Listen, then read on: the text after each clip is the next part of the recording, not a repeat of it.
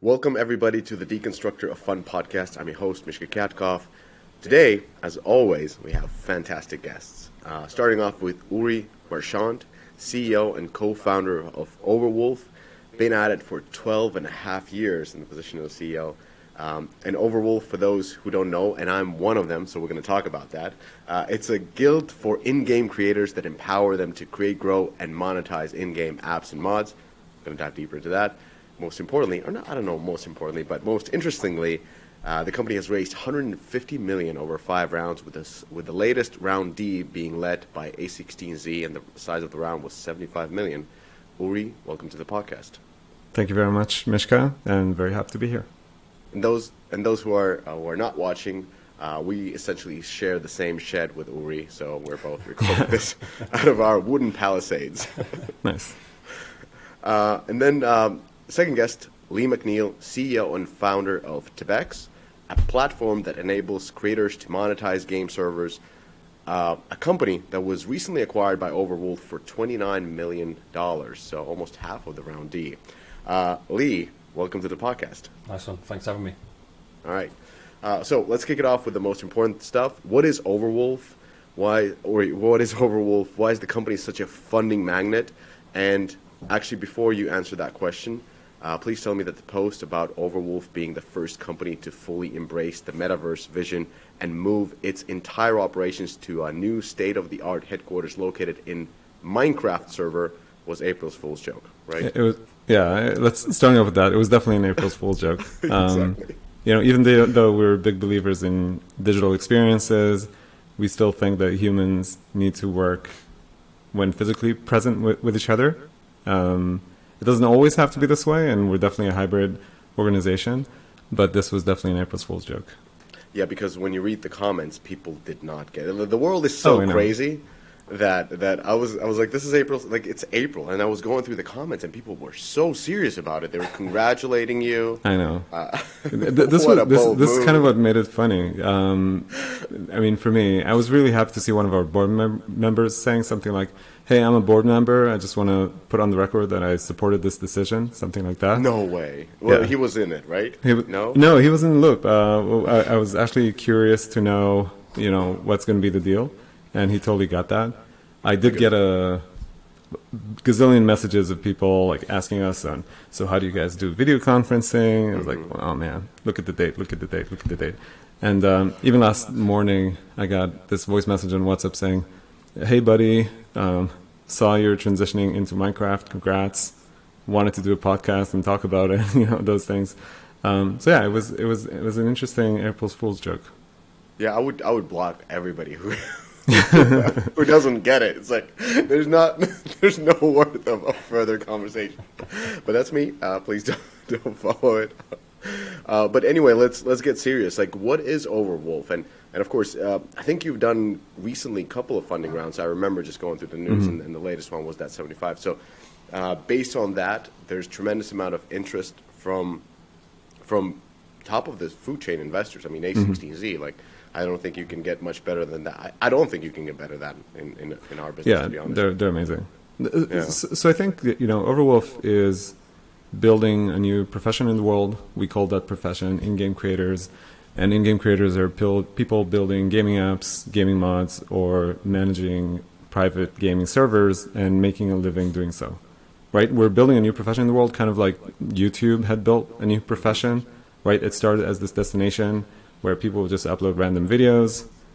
80% of those were with cats and, other funny things. But then eventually it turned out to this huge content platform that adds so much value to the world and has so many people making a living off of building content on YouTube.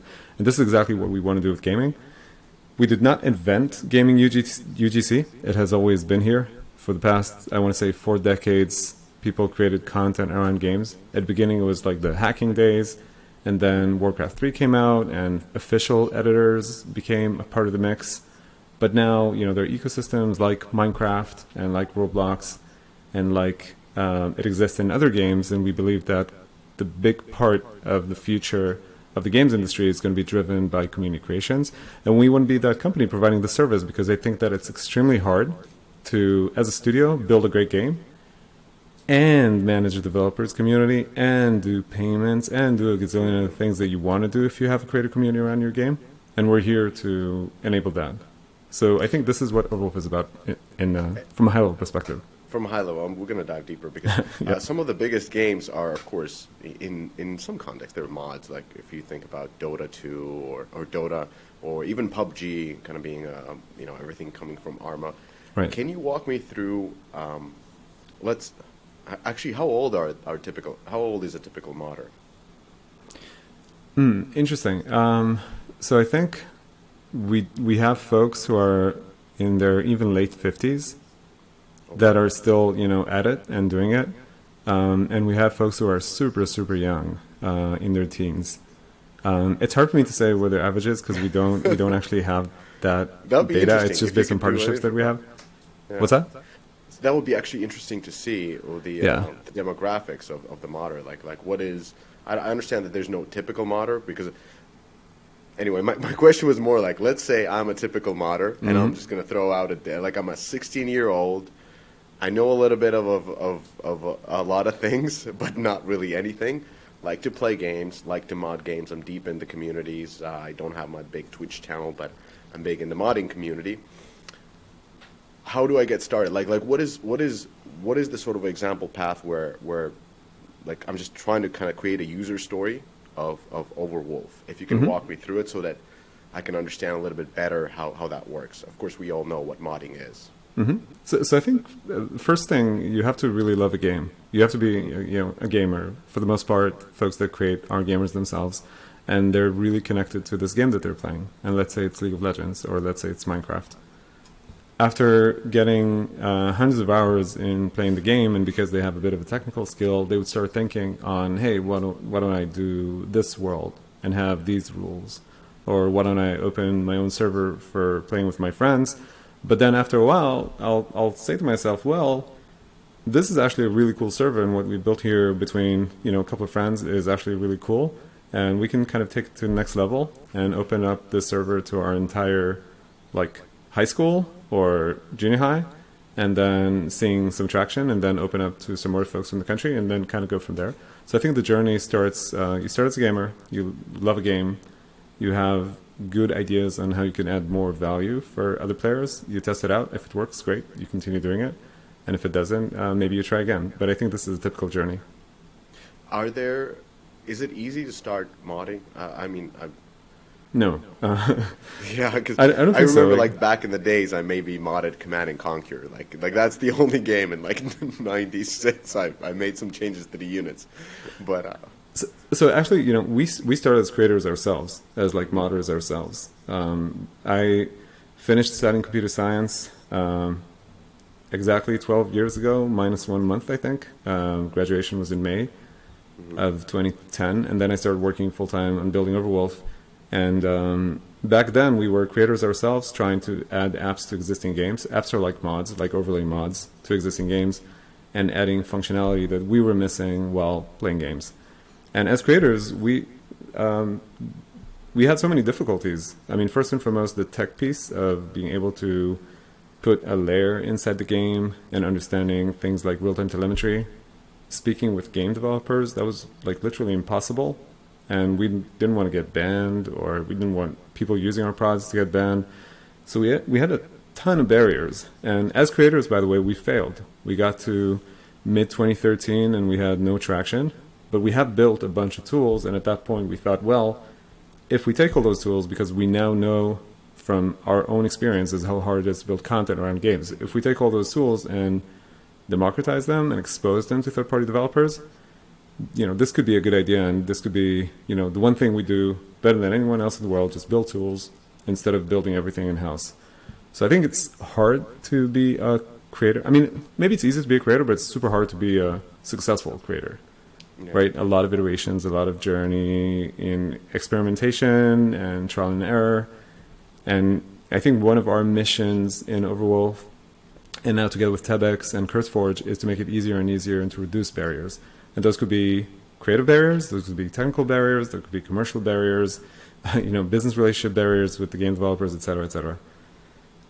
So the short answer, I think overall being a successful creator is really hard. and we're here to help. Got it. And then Overwolf, by the way, really cool name, offers Thanks. everything that comes to it. So the tools to do the modification, the access to mod communities where you can share information and get people test your mods early on, and kind of that early feedback, that community feeling, as well as anything that goes to the monetization of these. And the mods are going, where do they go live? Are they live on your own platform, or are they live on some other platforms, like, launched on Steam or something? Mm-hmm. So it depends. We have mod repositories, sort of, like Bucket, for servers, but we also have CurseForge, which is a marketplace for mods, or we have CurseForge Core, which is kind of like, you mentioned Steam, it's kind of like Steam Workshop, but cross-platform. So going back to your previous question, it is our mission to indeed do all those services and provide all these services. By the way, I think it's an endless task. It's not like we're going to be done in 3 years, and we definitely have our shortcomings in terms of things that we don't provide in a good way and that we lack. But this is exactly, what we intended building. But I think, basically, with our different assets, you could either choose to host your mod on one of our repositories or marketplaces, or do it elsewhere, ideally with one of our solutions. Yeah, of course. How big is Overwolf right now, and like, how are you located? I understand everybody's in Minecraft servers, but Yeah. outside that, So outside, yeah. outside Minecraft. So And just walk me through a little bit from the growth. Like, I understand that you tried until 2013, straight out of the university from computer science, but since then it's kind of picked up, especially during the last year. If you can kind of walk me through the recent history of Overwolf. Sure.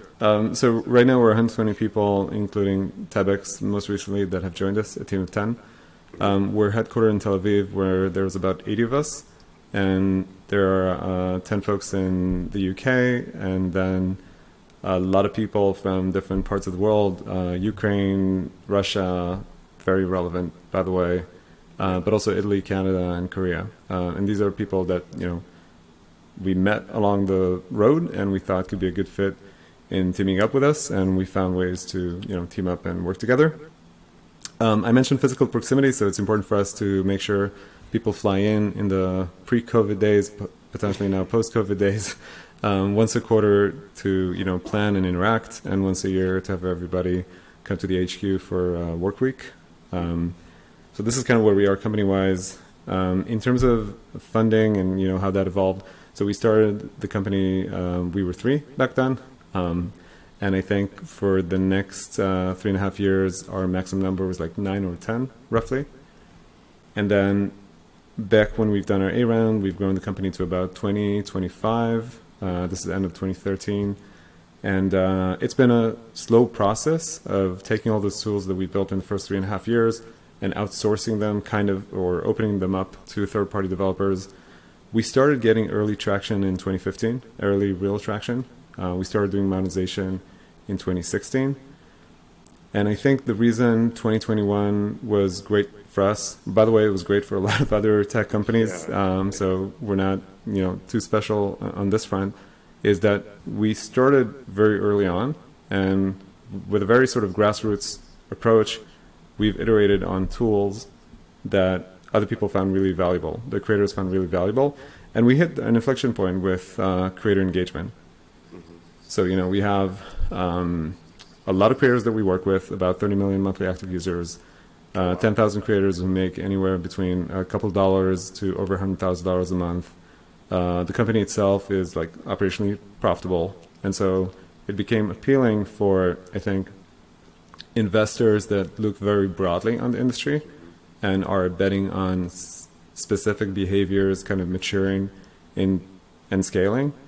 And I think this is what we saw happen in 2021. And by the way, I should say Tebex, leads with us, and Tebex has grown in a pretty similar way of, bootstrapping the business and just iterating and working with customers to the point that got them to build a very impressive business.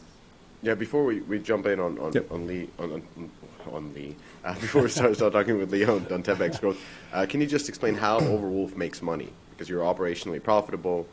80 people in Tel Aviv is not cheap. Isn't Tel Aviv like the most expensive city in the world at the moment? Yeah, it is. Or very at least city. in the top 5 for sure. Yeah. Sure. The business model high level is we do a rev share with creators on Overwolf. The split is 70-30. Creators get 70, we get 30. And the creators themselves make money either from ads or subscriptions. So in that sense, it's kind of similar to Spotify, where, you know, there are ads on Spotify and there's subscription. And as an artist, you're going to get paid based on thresholds of engagement and those kind of things. So it's a very similar model in that sense. If you created something and people are using it, you're going to start monetizing.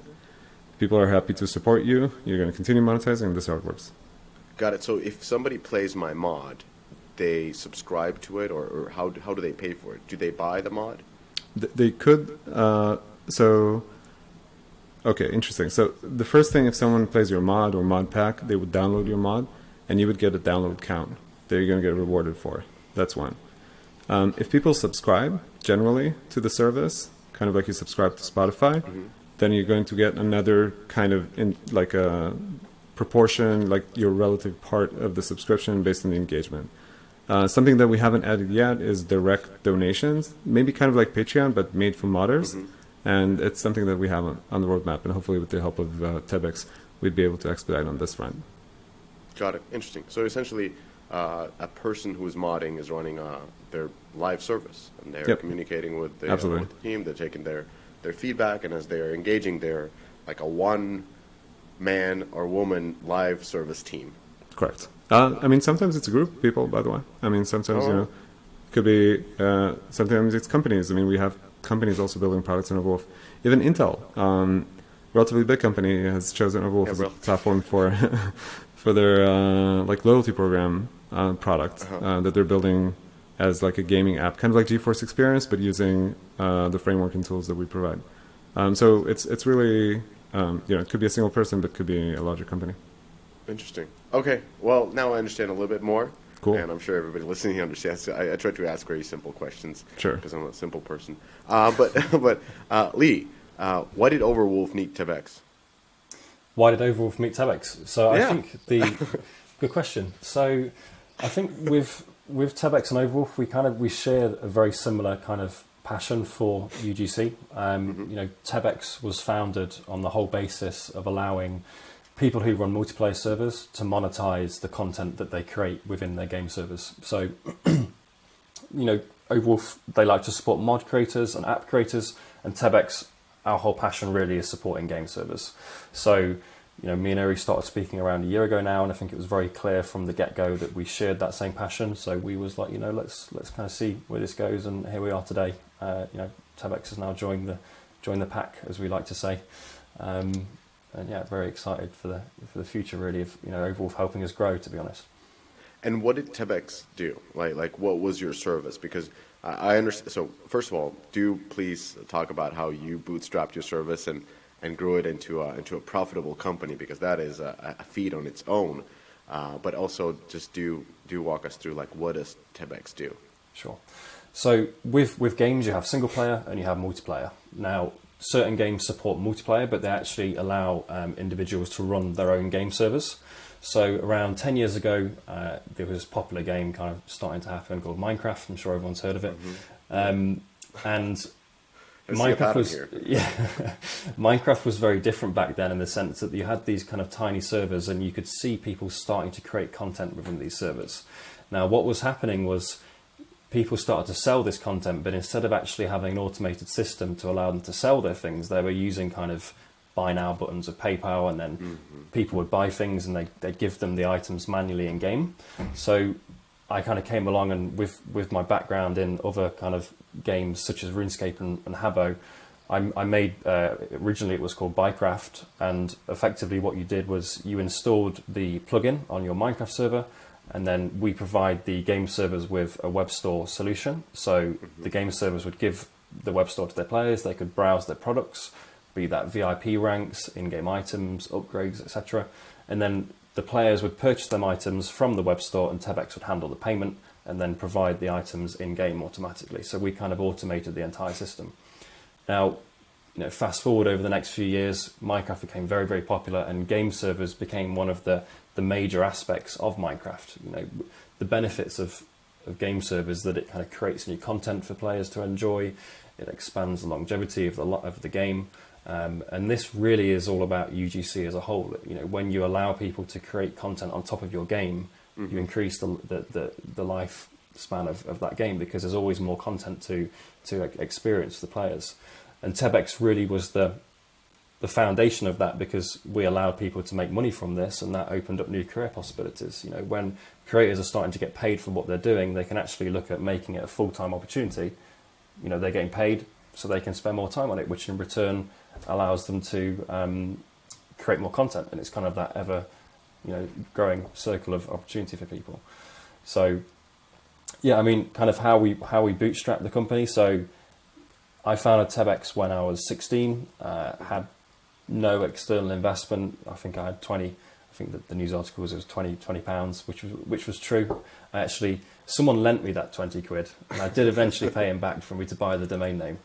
But yeah, we went for an interesting phase, really, that we tried to get investment, and we never did bother, because we was profitable, and we always have been profitable from day one. So we kind of grew naturally. We didn't grow faster than we kind of could manage, and then we grew off the back of UGC becoming more and more popular, and then Overwolf came along and said, "Hey, let's partner up," and here we are today. So basically a payment provider, Hub, a hotel. That's an old game. It is. It's an old game. Yeah. So you started. Okay, so a payment provider essentially is what Tebex is. Yeah. So and then. Yeah, go ahead. So we remove all the complexities around receiving payments within game servers. People who create game servers, they're good at one thing, and that's making amazing content for their players to enjoy. Accepting payments, dealing with chargebacks, dealing with sales tax, etc., is complicated. And we come in and remove all of that complexity from the game servers and just let them focus on doing what they do best, which is creating content for their players to enjoy. That's what a lot of blockchain games need.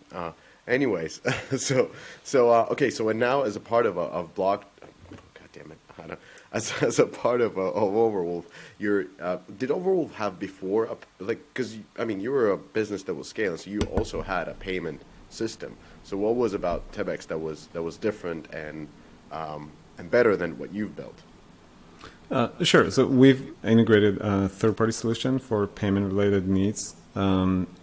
The thing that Tebex had is the built-in services to enable that for servers. So they have the A to Z solution, anywhere from the server plugin that you need to integrate, from the web store CMS type thing, to data and analytics on what's happening on your server, cashing out for different creators on different wallets and different ecosystems.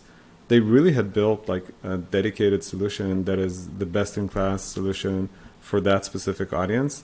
And theoretically, folks could potentially use Shopify or could potentially use PayPal or other solutions, but this is the best one that was tailor-made for the needs of server owners. So this is why we felt like this could be a great start, and then we can grow from there. And since we're strategically, all we care about is building services. And for us, it definitely opens a new category, and it's definitely a service. We felt like it's a strategic fit. And was Tebex used already in the mods made by in Overwolf or by no, Overwolf? Yeah. Using No, so mods are you usually can't sell mods.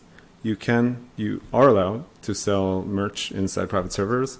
But EULAs tend to prevent you from, say, selling a mod pack for Minecraft Java, or selling an add-on for World of Warcraft, or selling an app for League of Legends, etc. So for us, this was like opening up to new audiences. Okay, so basically with Tebex, players are able to essentially offer microtransactions in their mods. Am I understanding correctly? In their servers, right. In their servers. Yeah. Correct. Huh. Okay. Well, that brings it even more towards live service. And one thing that Lee, you mentioned that there was a cultural fit, and I understand like both of you started off like right after, you didn't even go to university. You started this at No, 16. no. Like you skipped that part. So both of you started, from the bottom essentially, just with no VC money and just doing, working on your passion.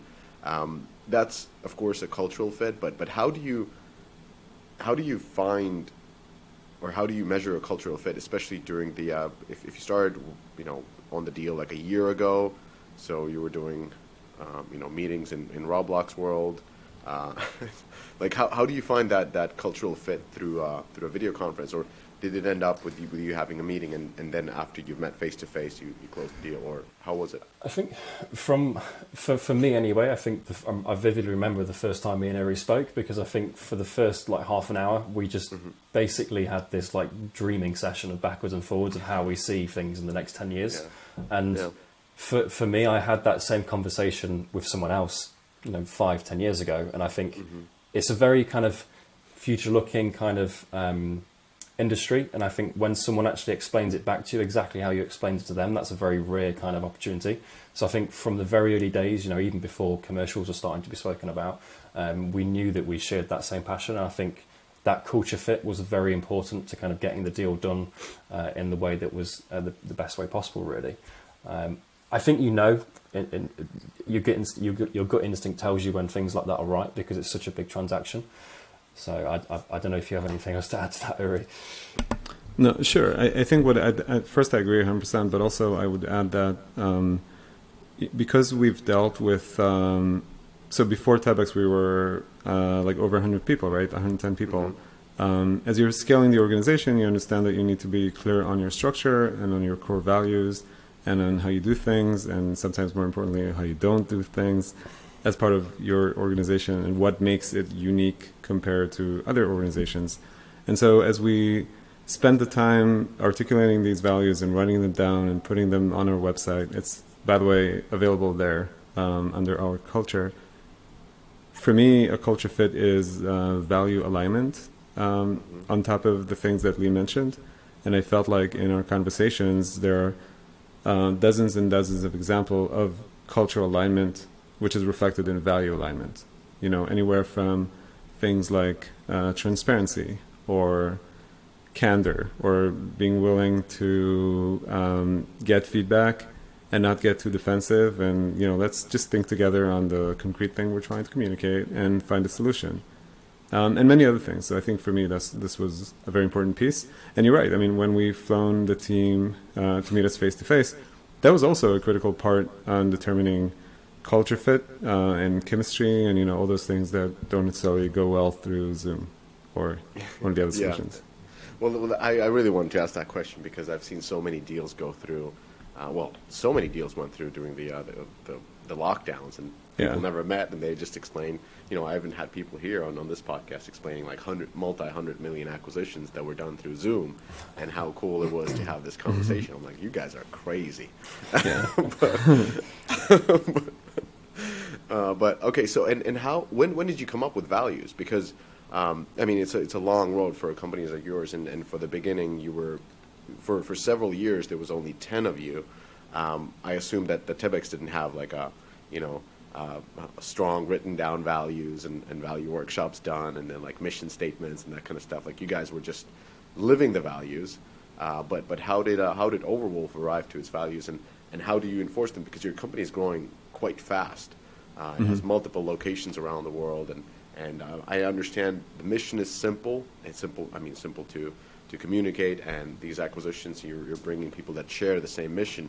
But values is like, how do you work to achieve that mission? So how did you arrive on those values, and how do you kind of like I don't know, enforce is a really bad word. How do you set examples for people to follow those values? Sure. So I think it started off for us when we were at around, say, 40, 50, 60, which is a size in which I don't have, and potentially some of the leadership team members don't have as much face time with everybody in the company. And we're starting to form this layer of middle management, which may come to the company with other beliefs or other perspectives. And we just felt like if we're not going to make sure there's alignment, we're going to face problems. as always, first we face the problems and then we figured out what the solutions are. So, we had a couple of hires that weren't the right fit, and then we thought, well, it's obviously our fault. How can we fix that? Oh, there's this thing called culture and values. Let's figure that thing out. And then we started this discovery journey that I think we're still in it. I feel like we have a good MVP and a good 1.0, but it's an ever progressing, and it's like a constant evolution for, I think, your culture and your values. And the way we started is we set a bunch of people, we tried to think about what makes us unique, and then we've done this survey for the company, and we asked people to add more, and then we've done this all-hands meeting, and we came up with this list of about 16 or 14 values that felt so generic and boring. And could have been innovation. Yeah, no, it's kind of honesty. Oh wow, honesty. You guys aren't lying, really? Wow, nice. Transparency. Yeah. So it just felt so bad and so like generic and just like a boilerplate that any company in the world could put on their walls and it would mean absolutely nothing. And then about a year and a half, maybe a year and a half ago, we said we want to level up, and we took the time to spend with a branding agency to help us work on our visual identity as well as our culture and our values. And in this process of having conversations with our partners and asking a third-party partner what makes Overwolf unique, and talking with ourselves and digging deep and then digging deeper, we came up with 4 values that I think are what makes us a company. So these values are Become Legendary, that talks about constant evolution and striving to be better tomorrow. Level Up Together, that talks about teamwork. On the Hunt, that talks about hunger. And Support Main, that comes from the mobile world, but it talks about a mindset. Like our mindset has to be that we provide services for creators. We put the spotlight on them, and we're like the support player, just like a support player in League of Legends.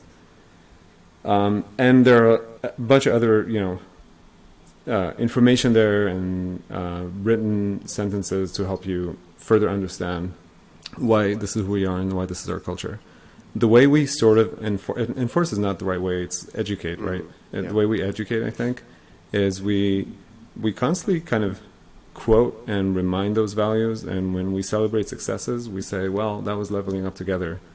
And, you were really on the hunt over there, and you kind of grabbed that prey and you made something good out of it. Or how do we support this situation in Ukraine, and how do we reach out to our community? So we just talk this way, and at some point, and we're not quite there yet, I think, but at some point I hope it would become just the way we talk and the way we act as an organization. And if someone new comes along, they would kind of get absorbed to that feel.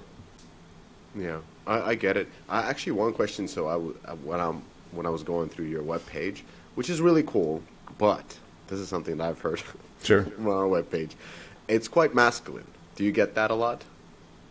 That you mean down from the name to the color palette. This is just like I've gotten a lot of. Nowadays you do get a lot of feedback on like how welcoming you can make your company. So Overwolf is very very masculine name, and let's be honest, my company name is also extremely masculine. So this is just me kind of reflecting like how do you approach this to be more? No, not that one.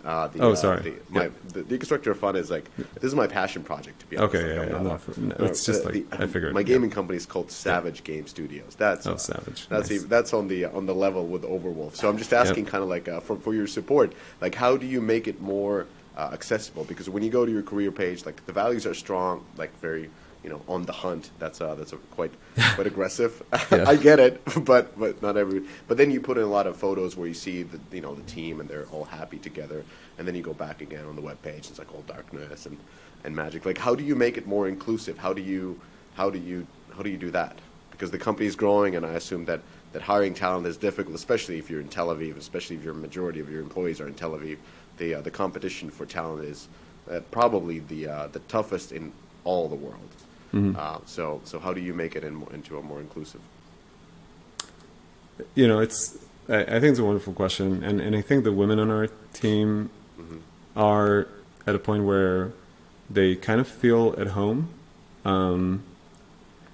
And, you know, we live in a world of fantasy, and we serve creators who create in worlds of fantasies. And I think this is really authentically who we are and what our DNA is. And for the women on our team, it seems like it's quite aligned. And, you know, most recently we've done this brand awareness campaign on billboards in Israel, because the market is super competitive and we wanted to raise awareness for the company.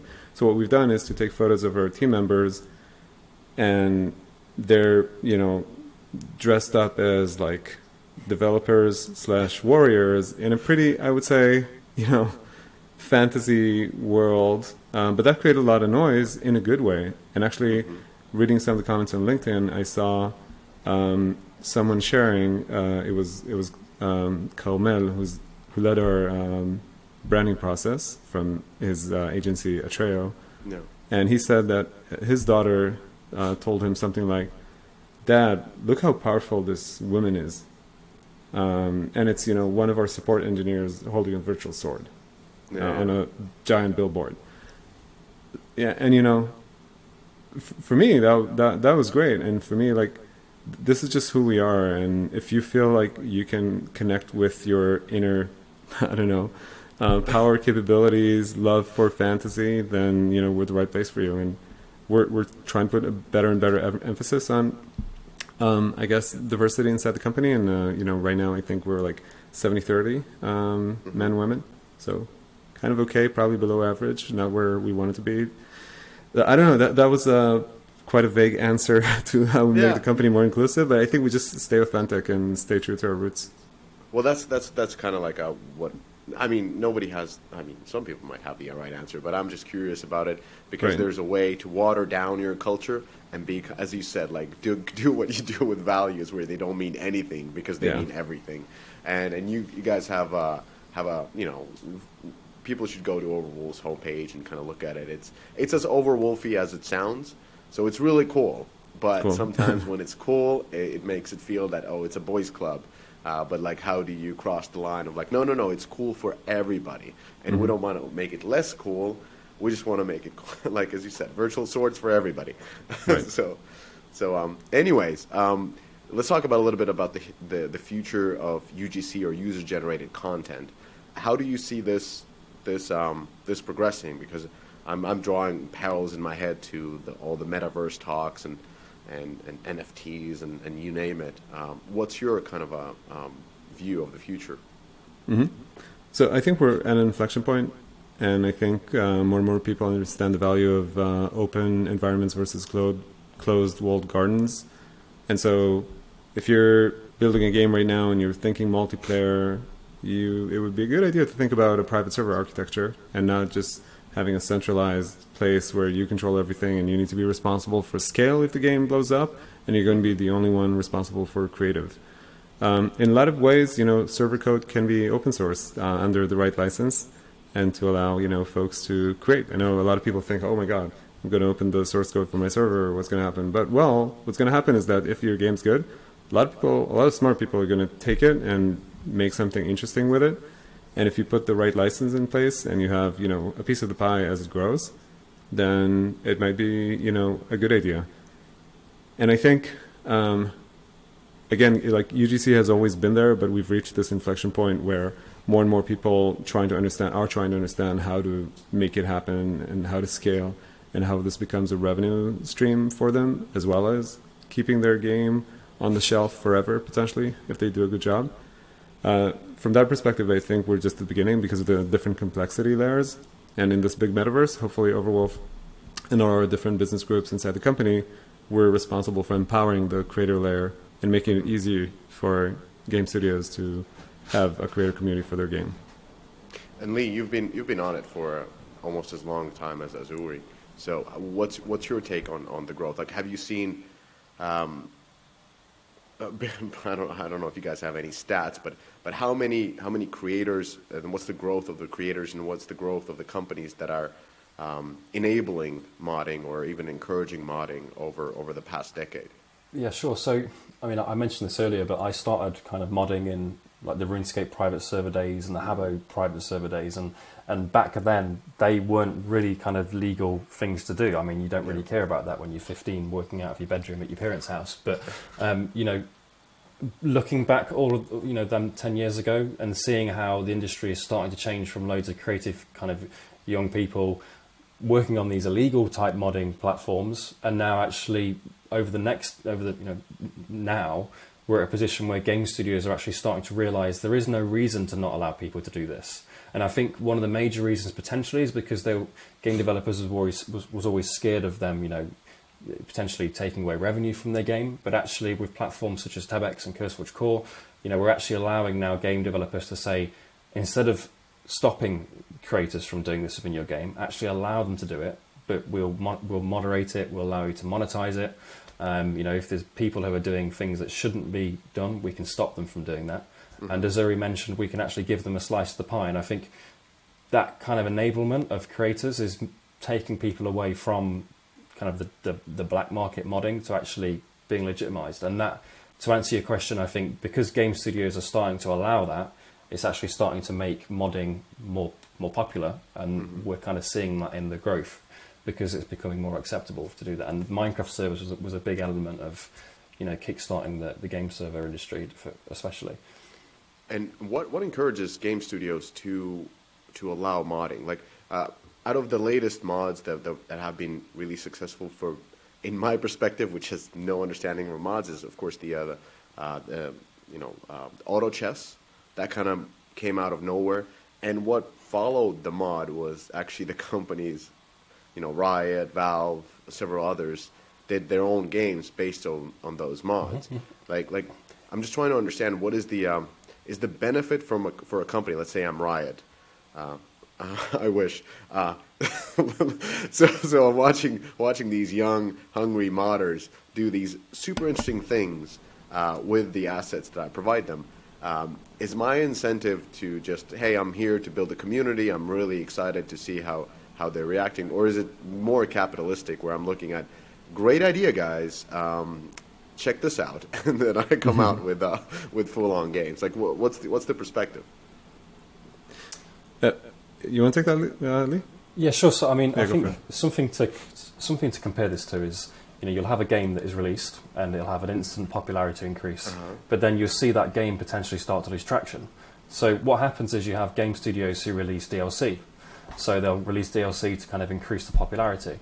Now, a different way of thinking about this, I think, with allowing creators to create mods on top of your game is that you actually allow the creators to constantly release new DLC on top of your game, which gives players more content to enjoy, and really it's increasing the lifetime of that game. I mean, if you look at, for example, Minecraft, it's been going for like 12 years now. It's still immensely popular. If you look at Grand Theft Auto 5, it's still immensely popular. I almost mentioned that. That one is the most and it's because instead of just releasing like the odd DLC pack all the time, which the game studios have to invest significant amount of money in to keep releasing this DLC, if you let creators do that for you, it's a constant stream of new content. Now, the developers can receive a revenue share of that, and they're not actually having any kind of upfront investment, but it's still maintaining the longevity of the game. So developers do receive a revenue share? So GTA 5, like, that's one of the most modded games. Like, it's insane. Rockstar has no ability to do live services, and their game is like probably the most sort of a live game out there. So do they receive a cut from those mods, or how does that work? To our best knowledge, they do not. However, we envision a future in which they will, and you know, other game studios and IP owners, be there AAA or indie, will have that ability, and we, as Lee mentioned, can be the facilitator that provides the technical tools, but also the live ops, you know, hands-on work that's going to be needing to get done to kind of make that feature happen. Got it. Oh, they don't receive the Take-Two, probably fuming. But look, I mean, there are derivative values. I think there were for a long time, like the game #1 on Twitch, and it's mostly, you know, GTA 5 roleplay. So, you know, 5M, etc. And they still probably get a good amount of people still just buying the game. So this for them could be potentially be looked at as a marketing budget. This is great. I think this is not good enough. I think that in an ideal world at some point in the future, and I don't know if it's a year or 5 years or a decade out, I would like to see a world in which game developers officially participate, but without the heavy lifting, and will help with the heavy lifting. Yeah. No, I understand, and it's just the world of public corporations where if they see somebody's making money, they always see that we could be making that money, right? Given that they use the asset. So, all right, on to the last thing before I let you guys go. Metaverse, blockchain, NFTs, like where do you stand with all of this? Because I assume, the type of services that you're making, it's almost like you're talking about, the typical metaverse talk, except that you actually have a profitable business around it, and 30 million active monthly users. So this is actually a real thing. With Web 2 still. Yeah, with Web 2. Like, how is it possible? All these things that Web 3 promises, you're kind of doing. So I think that when I think about our strategy, if we were to do something in the space, and we are looking at the space, we made a couple of investments because we want to educate ourselves, but we still didn't start writing code or product specs and those things. And I would want to see, real games, and I would want to see blockchain solving real needs in real games. To give you an example, one of the things I'm seeing, the industry really suffering from is in-game trading, and people who are getting scammed while trading, especially kids, and it's really annoying and bad.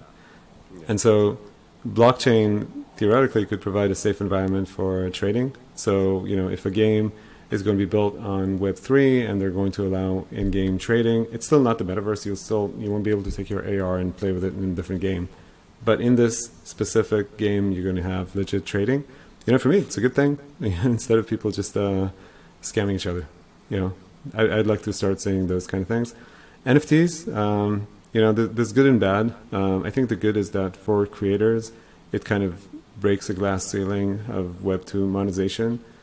The bad is we've seen examples of just, people exploiting the system and then pulling the rug, and that's really sad, and scams, sure. Also, there are kind of difficulties with the distribution of wealth in crypto right now. Not a lot of people own like 95% of the value or 90% of the value, and I think it would be better for the world eventually if crypto, reaches critical mass. It has reached critical mass, but as it becomes more popular, the distribution of wealth gets a little bit more democratized, and then you're going to see less speculations on things, I think. And less like weird things. It would be more kind of conventional, oh cool, it's another coin, versus, oh shit, this is just a gold mine and you get free gold. Yeah. So, I cannot speak for the world. I can say that for us, we'd like to be helping the creator layer of the metaverse grow. We're doing it so far in Web 2. And with Web 3, we want to be focused on real things and real value add. Got it. But you're not actively, strategizing around this, and it seems like you're able to raise money even without the metaverse. We're constantly thinking. We just don't know exactly what we're going to do yet. Yeah. So are we strategizing? Yeah, I'd say we're strategizing. We're thinking, we're trying to figure out, hey, what are we going to do? But, did we launch a creator token that you're going to mine through people using your products, and then you're going to have exclusive creator NFTs or mod NFTs that you can only kind of download this mod or this mod pack if you have that NFT? Not yet. No, we're not quite there. Yeah, I think that's smart because it's short-sighted to jump on that. It's a way to make money a lot now, but especially with the companies like yours that is so community-driven. Relying on the community to really produce all the content. You have to be really careful with short-term monetization schemes.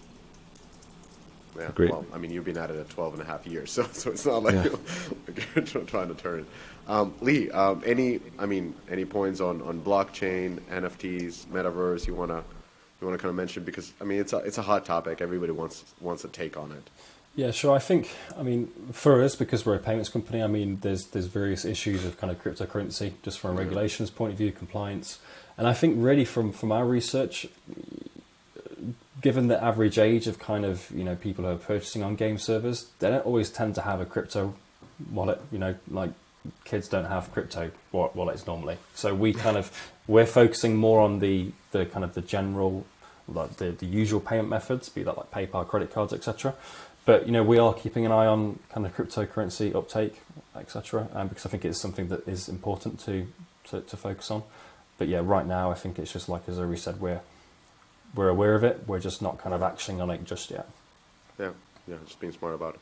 Okay. All right, thank you so much for joining the podcast. For those listening and very interested in open positions, so careers at Overwolf, anything particular that you want to highlight in the open positions? Oh, this is awesome. I mean, we have many open positions in many parts of the world. So Lee's building up his team in the UK, Nottingham area specifically, with engineers and support professionals and QA and, I guess other positions. In Israel, we have pretty much everything. Product managers, engineers, back-end, front-end, ops people, finance people, I think maybe 30 open positions. So not crazy, but a lot of different positions. But more importantly, if you've listened to the podcast and like the story and want to be a part of that journey, just reach out to us and we'll see if there's an opportunity. And we've done this with so many people so far, so it may just work. Just to add on that as well, Tebex is hiring remotely, so it's not just in the UK. So if anyone, like Uri said, if anyone's listened to this and you want to join the team, please feel free to reach out. It'd be great to speak. Remotely from everywhere or roughly the same time zone? Same time zone. That's a good question. Okay, yeah, just making sure. Just making sure. So no US. That would be the. We are hiring in the US. So, okay. Yeah, okay. East Coast. East Coast works. East Coast, definitely. All right, so that's a pretty healthy setup. So for folks interested, Overwolf, just even if you're not interested in a new job, just go to the webpage. The career section is really cool. The value section is really cool. I'm actually have it open here. It's cool in my opinion. I don't know if it's your opinion, so just go and check it out. Yes. And Uri and Lee, thank you so much for joining the podcast Thanks so much. educating me on user-generated content and how this world is changing. Much success, much luck, and hope to see you sometimes in not Roblox metaverse, but just actually in real life. Face to face at some point. Face to face. All right. Cool. Everybody, thank you for listening, and thank you guys for joining. Thank you. Thanks.